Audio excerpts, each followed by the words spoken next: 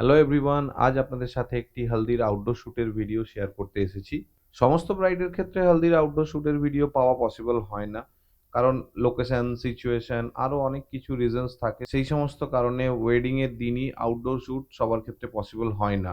But এই ক্ষেত্রে আমাদের ব্রাইড সায়ন্তনী প্রথম থেকেই আমাদের সাথে ডিসকাস করে রেখেছিল যে তার ওয়েডিং এর দিন একটা হলদির আউটডোর শ্যুট হবে।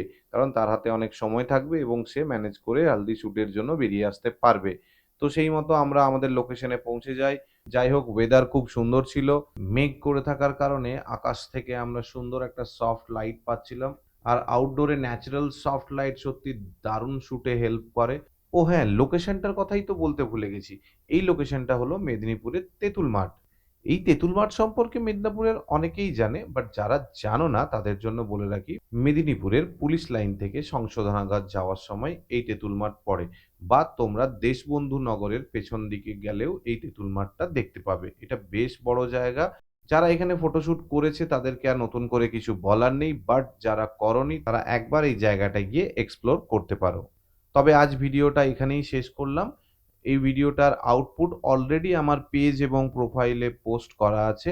যারা দেখেছো তারা জানো এই ভিডিওটার আউটপুট কেমন এসেছে। আর যারা এখনো দেখোনি তাদের জন্য আমি কমেন্টে এই ভিডিওটার আউটপুটের লিংক দিয়ে রাখবো। অবশ্যই দেখে জানিও ভিডিওটা কেমন হয়েছে। Thank you.